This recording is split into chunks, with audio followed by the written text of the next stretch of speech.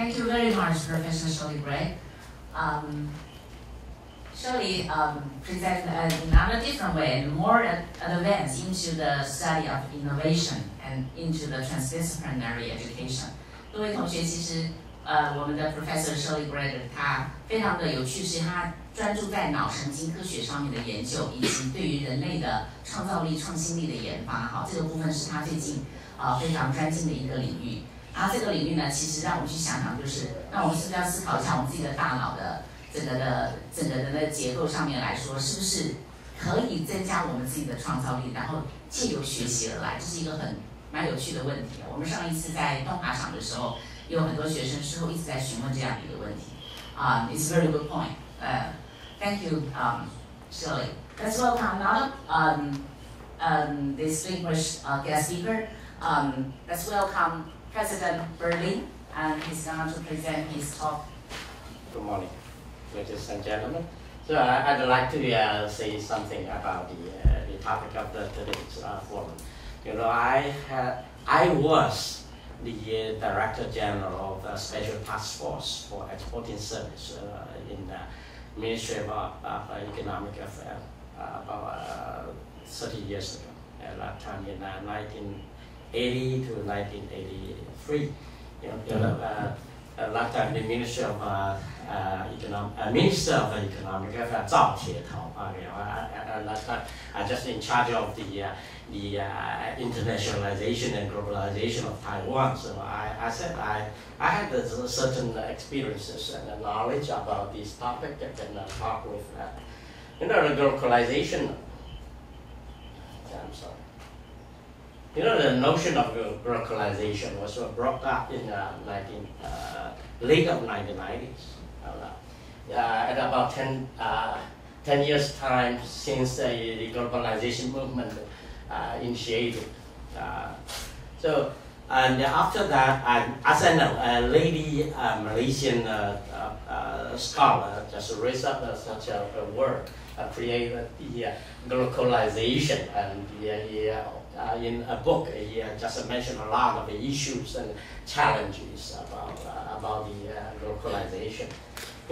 All the ASEAN countries, I think of course Taiwan included, because we had been inward globalized for a certain period of time. So I think for the last couple of decades on that.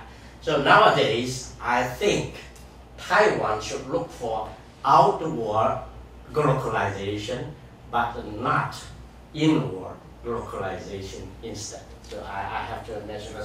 So it's a really critical time for higher education in Taiwan to nurture or train a lot of the sufficient entrepreneurs and professionals for outward globalization. I think that's the really a critical issue of that we are talking about that.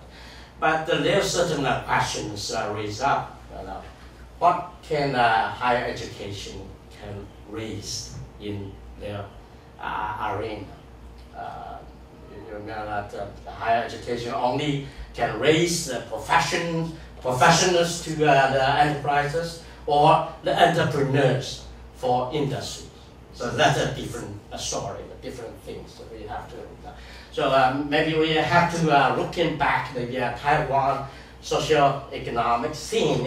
In fact, about 40 years ago, at that time, the total labor market in Taiwan, there's only 2% of graduate high education graduate just work for in the labor market.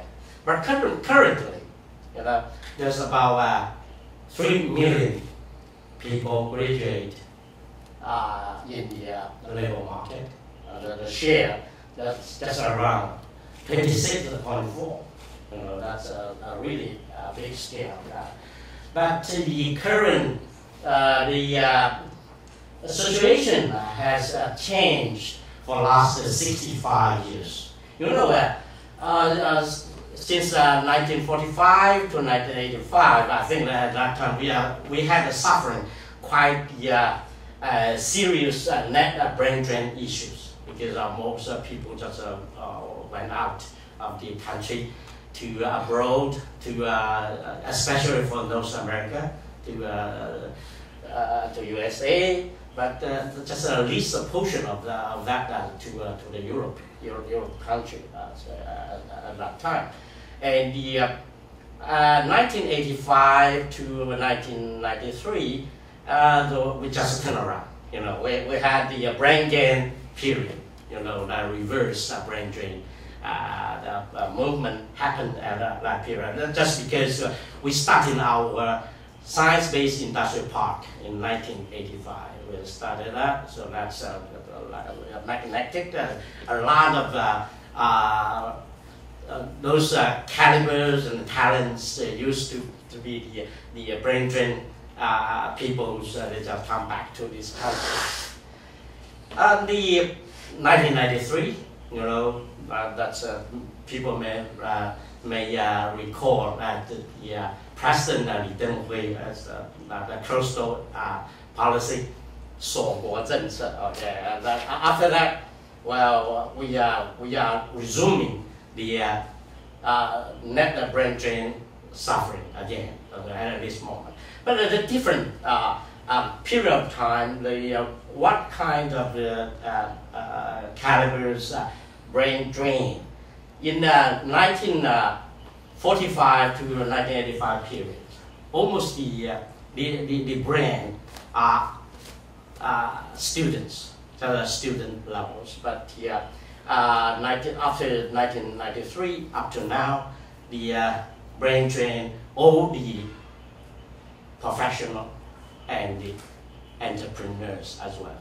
Okay, that's quite a difference. So that make Taiwan had the very, very dramatic change in the global status.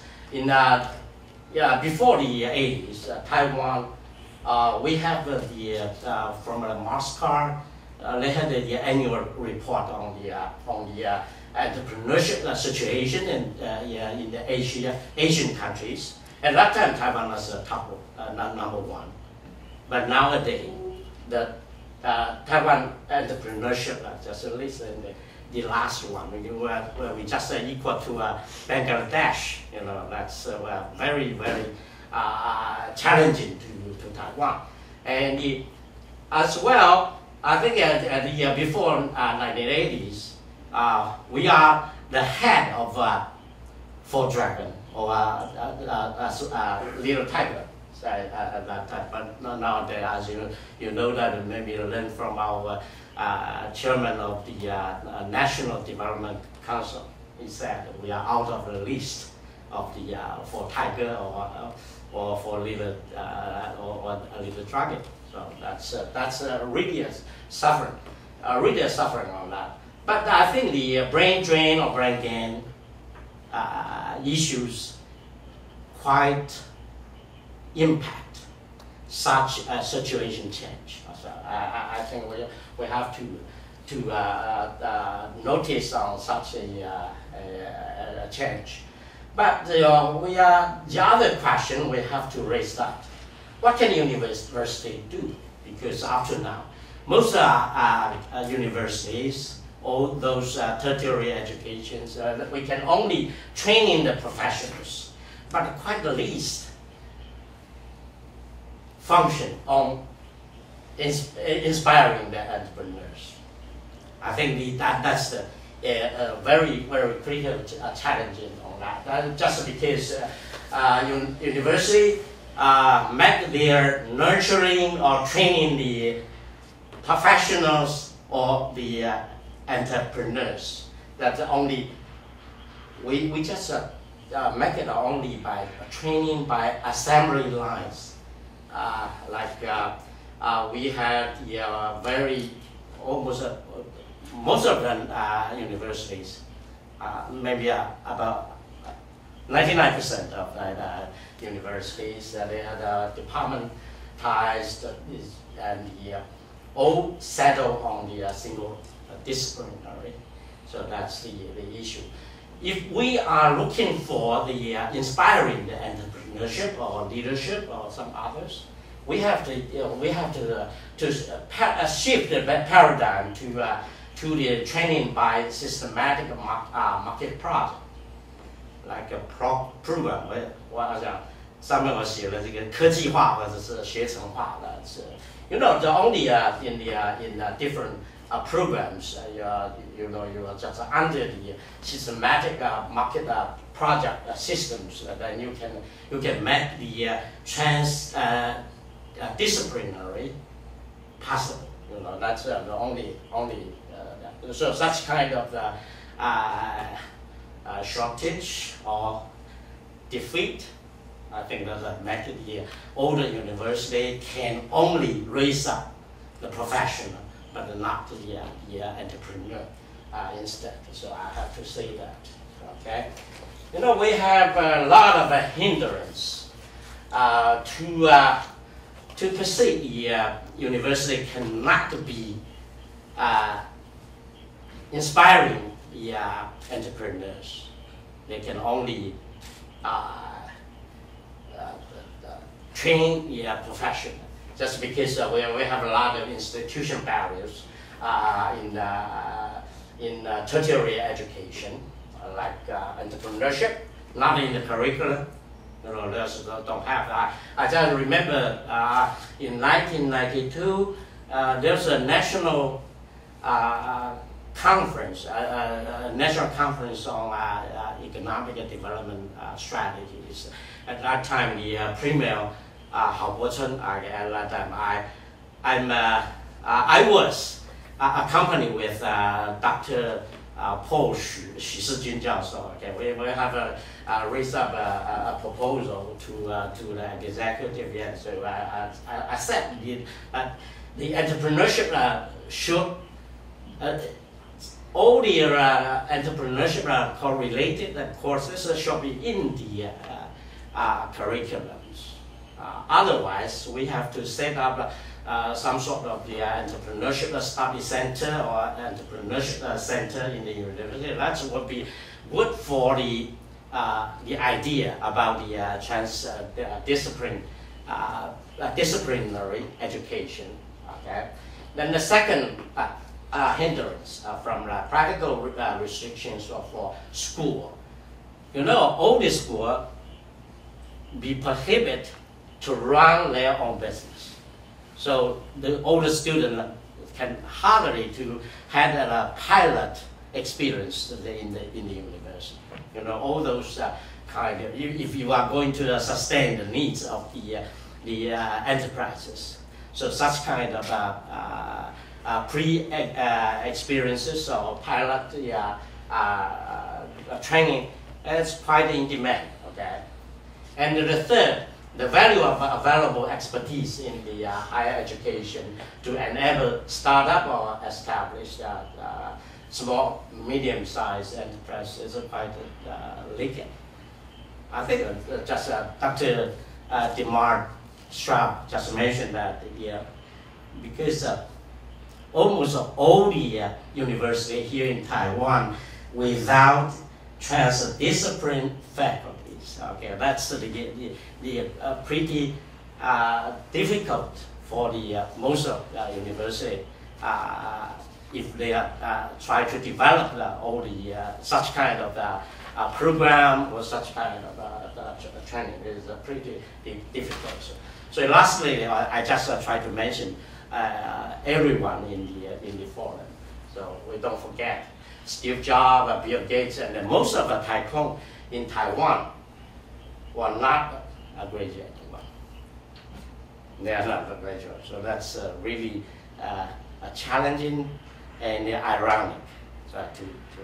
So I think today in this forum we are talking about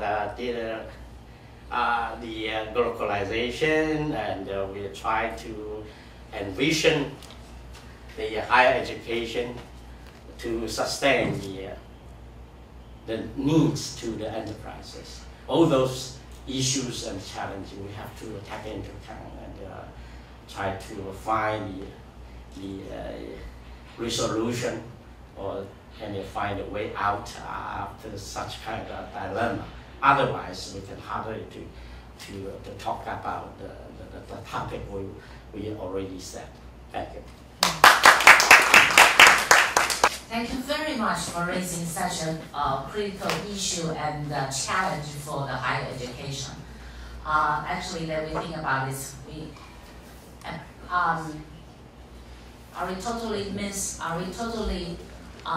the function? We confuse our function as a higher education, or the professors, and every department. Do we miss our students?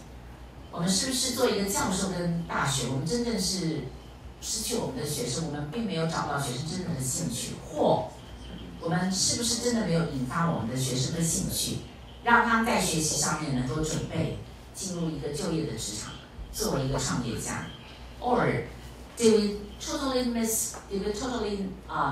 doesn't fit at all the true need of the society? With the background and the proficiency in economic and industry, like President Lin actually, he's pointing out the key problem right now in most department curriculum. Probably we need to give it another review to see whether we fit the core concept of the entrepreneurship. 所以就业的市场、就业的精神，是不是能够在我们的一个课程的领域上面来说，能够真正做得比较好的结合，然后这样才能够呼应社会真正的所需，让一个台湾做一个小的岛国，它能够面对一个全球的经济市场的竞争力，而找到我们台湾自己的niche。Very good point. Thank you, President Lin. Let's welcome another speaker. Let's welcome President Huang.